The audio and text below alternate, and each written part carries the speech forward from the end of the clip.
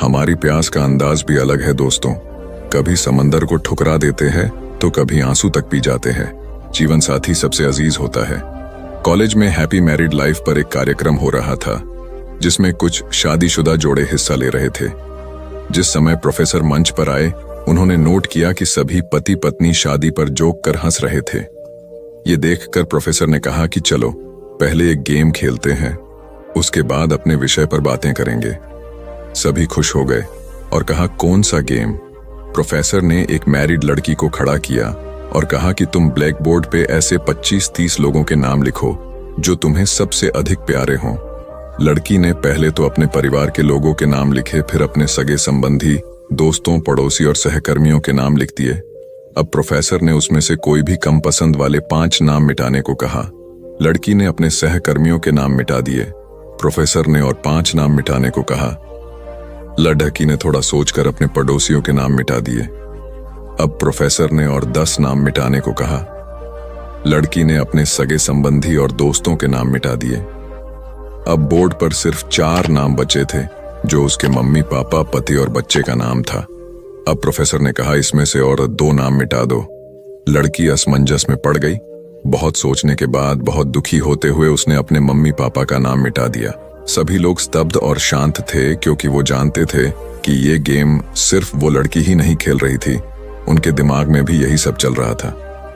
अब सिर्फ 2 ही नाम बचे थे, पति और बेटे का। प्रोफेसर ने कहा, और एक नाम मिटा दो। लड़की अब सहमी सी रह गई। बहुत सोचने के बाद रोते हुए अपने बेटे का नाम काट दिया।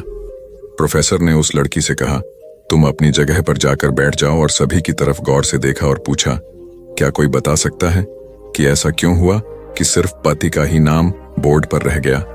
कोई जवाब नहीं दे पाया। सभी मुंह लटका कर बैठे थे। प्रोफेसर ने फिर उस लड़की को खड़ा किया और कहा, ऐसा क्यों? जिसने तुम्हें जन्म दिया और पाल पोस कर इतना बड़ा किया, उनका नाम तुमने मिटा दिया। और तो और, तुमने अपनी कोख से जिस बच्चे को जन्म दिया, उसका भी नाम तुमने मिटा दिया। लड़की ने जवाब दिया कि अब मम्मी पापा बूढ़े हो चुके हैं। कुछ साल के बाद वो मुझे और इस दुनिया को छोड़ के चले जाएंगे। मेरा बेटा जब बड़ा हो जाएगा तो जरूरी नहीं कि वो शादी के बाद मेरे साथ ही रहे, लेकिन मेरे पति जब तक मेरी जान में जान है, तब तक मेरा आधा शरीर बन के मेरा साथ निभाएंगे। इसलिए मेरे लिए सबसे अजीज मेरे पति हैं। प्रोफेसर और बाकी स्टूडेंट ने तालियों की गूंज से लड़की को सलामी दी। प्रोफेसर ने कहा, तुमने बिल्कुल सही कहा कि तुम और सभी के बिना रह सकती हो, पर अपने आधे अंग अर्थात अपने पति के बिना नहीं रह सकती। मजाक मस्ती तक तो ठीक है, पर हर इंसान का अपना जीवन साथी ही उसको सबसे ज्यादा अजीज होता है। दिमाग का इस्तेमाल कर पक्ष में करें परिस्थितियां। एक शेर जंगल में शिकार पर निकला था। एक लोमड़ी अचानक उसके सामने आ गई। लोमड़ी को लगा कि अब उसे कोई नहीं बचा सकता है, लेकिन उसने हार नहीं मानी और अपनी जान बचने के लिए एक तरकीब सोची। लोमड़ी ने शेर से कड़े शब्दों में कहा, तुम्हारे पास इतनी ताकत नहीं कि मुझे मार सको। यह सुनकर शेर थोड़ा अचंभित हुआ। उसने पूछा, तुम ऐसा कैसे कह सकती हो? लोमड़ी ने अपनी आवाज और ऊंची करते हुए बोली, मैं तुम्हें सच बता देती हूं। ईश्वर ने स्वयं मुझे इस जंगल और जंगल में रहने वाले सभी जानवरों का राजा बनाया है। यदि तुमने मुझे मारा तो यह ईश्वर के विरुद्ध होगा और तुम भी मर जाओगे। कुछ देर चुप रहने के बाद लोमड़ी ने कहा, अगर विश्वास नहीं हो रहा है तो तुम मेरे साथ जंगल घूमने चलो। तुम मेरे पीछे चलना और देखना कि जंगल के जानवर मुझसे कितना डरते हैं। शेर इसके लिए तैयार हो गया। लोमड़ी निडर होकर शेर के आगे आगे चलने लगी। लोमड़ी के पीछे शेर को चलते देखकर जंगल के दूसरे जानवर डर कर भाग गए। कुछ देर जंगल में घूमने के बाद लोमड़ी ने शेर से सवाल किया, क्या तुम्हें मेरी बात पर विश्वास हुआ? कुछ देर चुप रहने के बाद शेर ने कहा, तुम ठीक कहती हो। जंगल की राजा तुम ही है। परिस्थितियां कितनी भी विपरीत क्यों ना हो, हम अपने दिमाग का इस्तेमाल कर उसे अपने पक्ष में कर सकते हैं। हमारा दिमाग प्रोग्राम के आधार पर काम करने वाला कंप्यूटर नहीं है। दिमाग को आउट ऑफ बॉक्स सोचने की क्षमता है। हर समस्या का समाधान तलाशने की ताकत है। यह तभी संभव होगा जब हम विपरीत परिस्थितियां में भी अपना धैर्य बरकरार रखेंगे। सफल होने के लिए हमेशा सीखते रहें। सिकंदर और रोहित मित्र हैं। दोनों ने एक साथ अपना अपना काम शुरू किया। दोनों मित्रों का व्यापार खूब चला। कुछ समय बाद रोहित ने सोचा कि अब मेरा व्यापार चल पड़ा है, मैं तरक्की करता चला जाऊंगा, इसलिए अब मुझे इस लाइन में कुछ नया सीखने की जरूरत नहीं है। व्यापार में उतार चढ़ाव आते रहते हैं। रोहित के व्यापार में भी ऐसी स्थिति आई और उसे नुकसान झेलना पड़ा। सिकंदर के व्यापार में भी उतार चढ़ाव आए, पर उसे उतना नुकसान नहीं हुआ जितना रोहित को हुआ। रोहित सोचने लगा कि सिकंदर ने अपने नुकसान को नियंत्रित कैसे किया। रोहित ने इस बारे में उससे पूछने का मन बनाया। जब उसने सिकंदर से इस बारे में पूछा, तब सिकंदर ने कहा कि मैं अभी सीख रहा हूं। रोहित ने कहा, मैं समझा नहीं। सिकंदर ने अपनी बात समझाते हुए कहा, मैं अपनी ही नहीं दूसरों की गलतियों और कामयाबी से भी सीखता हूं। इससे मेरे जीवन में एक जैसी परेशानी बार बार नहीं आती। अगर आती भी है तो आसानी से हल हो जाती है। सिकंदर की बात सुनकर रोहित को अपनी गलती का एहसास हुआ। उसे एहसास हुआ कि शुरुआती सफलता के बाद उसने सीखना एकदम छोड़ दिया था।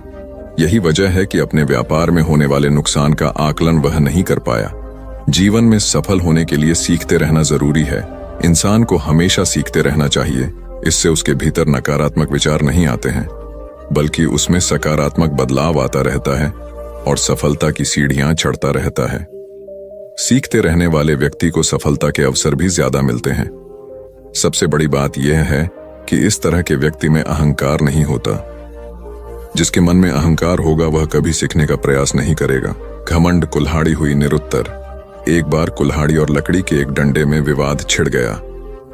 दोनों स्वयं को शक्तिशाली बता रहे थे। हालांकि लकड़ी का डंडा बाद में शांत हो गया, किंतु कुल्हाड़ी का बोलना जारी रहा। कुल्हाड़ी में घमंड अत्यधिक था। वह गुस्से में भरकर बोल रही थी, तुमने स्वयं को समझ क्या रखा है? तुम्हारी शक्ति मेरे आगे पानी भरती है। मैं चाहूं तो बड़े बड़े वृक्षों को पल में काट कर गिरा दूं, धरती का सीना फाड़कर उसमें तालाब कुआं बना दूं। तुम मेरी बराबरी कर पाओगे? मेरे सामने से हट जाओ, अन्यथा तुम्हारे टुकड़े टुकड़े कर दूंगी। लकड़ी का डंडा कुल्हाड़ी की अहंकारपूर्ण बातों को सुनकर धीरे से बोला, तुम जो कह रही हो वह बिल्कुल ठीक है, किंतु तुम्हारा ध्यान शायद एक बात की ओर नहीं गया। जो कुछ तुमने करने को कहा है बेशक तुम कर सकती हो, किंतु अकेले अपने दम पर नहीं कर सकती। कुल्हाड़ी ने चिढ़कर कहा, क्यों? मुझ में किस बात की कमी है? डंडा बोला, जब तक मैं तुम्हारी सहायता न करूं तुम यह सब नहीं कर सकती हो।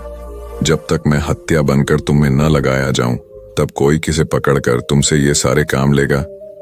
बिना हत्थे की कुल्हाड़ी से कोई काम लेना असंभव है। कुल्हाड़ी को अपनी भूल का एहसास हुआ और उसने डंडे से क्षमा मांगी। कथा सार यह है कि दुनिया सहयोग से चलती है।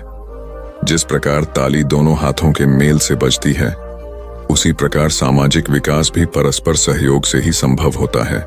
यदि जीवन का संतुलन बिगड़ा और थकान आई तो समझ लीजिए कि बीमारी आई, और यदि वापस ऊर्जा अर्जित करने के लिए विश्राम किया जा रहा है तो ऐसी थकान वरदान भी साबित हो सकती है। इन दिनों जिस तरह की हमारी जीवन शैली है, इसमें असंतुलन बहुत अधिक है। सुबह उठने से लेकर रात को सोने तक शरीर की कुछ नियमित क्रियाएं हैं, आदमी उसे भूल गया है। गौतम बुद्ध बहुत काम करते पर कभी थकते नहीं थे। आज भी कई साधु संत उतना ही परिश्रम कर रहे हैं जितना एक कॉर्पोरेट जगत का सफल व्यक्ति करता है, और जब वे रात को सोते हैं तो पूरी बेफिक्री के साथ। बुद्ध से उनके शिष्यों ने एक बार पूछा था, आप थकते नहीं? बुद्ध का उत्तर था, जब मैं कुछ करता ही नहीं तो थकूंगा कैसे? बात सुनने में अजीब लगती है, लेकिन है बड़ी गहरी। अध्यात्म ने इसे साक्षी भाव कहा है। स्वयं को करते हुए देखना, यह वह स्थिति होती है जब तन सक्रिय और मन विश्राम की मुद्रा में होता है। आज ज्यादातर लोग असमय, अकारण थक जाते हैं, जिसका एक बड़ा कारण असंतुलित जीवन है।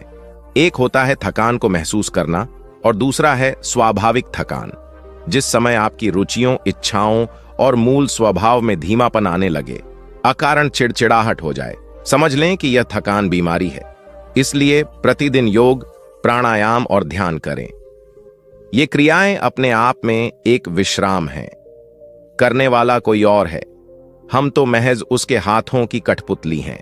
यह मनोभाव भी थकान को मिटाएगा। क्या दिक्कत है ऐसा सोच लेने में? महात्मा बुद्ध ज्ञान प्राप्ति के लिए घोर तप में लगे थे। उन्होंने शरीर को काफी कष्ट दिया, यात्राएं की, घने जंगलों में कठिन साधना की, पर आत्मज्ञान की प्राप्ति नहीं हुई। निराश हो बुद्ध सोचने लगे, मैंने अभी तक कुछ भी प्राप्त नहीं किया, अब आगे क्या कर पाऊंगा। निराशा, अविश्वास के इन नकारात्मक भावों ने उन्हें क्षुब्ध कर दिया। कुछ ही क्षणों के बाद उन्हें प्यास लगी। वे थोड़ी दूर स्थित एक झील तक पहुंचे। वहां उन्होंने एक दृश्य देखा कि एक नन्ही सी गिलहरी के 2 बच्चे झील में डूब गए।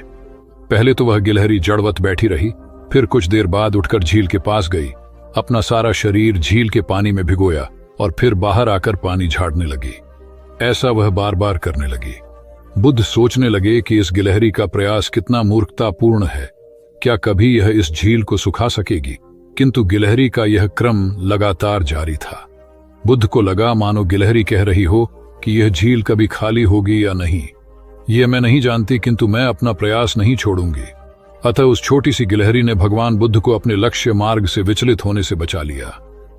वे सोचने लगे कि जब यह नन्ही गिलहरी अपने लघु सामर्थ्य से झील को सुखा देने के लिए दृढ़ संकल्पित है, तो मुझ में क्या कमी है? मैं तो इससे 1000 गुना अधिक क्षमता रखता हूं। यह सोचकर गौतम बुद्ध पुनः अपनी साधना में लग गए और एक दिन बोधिवृक्ष तले उन्हें ज्ञान का आलोक प्राप्त हुआ। यह कथा असफलता के बावजूद प्रयासों की निरंतरता पर बल देती है। यदि हम प्रयास करना न छोड़े तो एक न एक दिन लक्ष्य की प्राप्ति हो ही जाती है।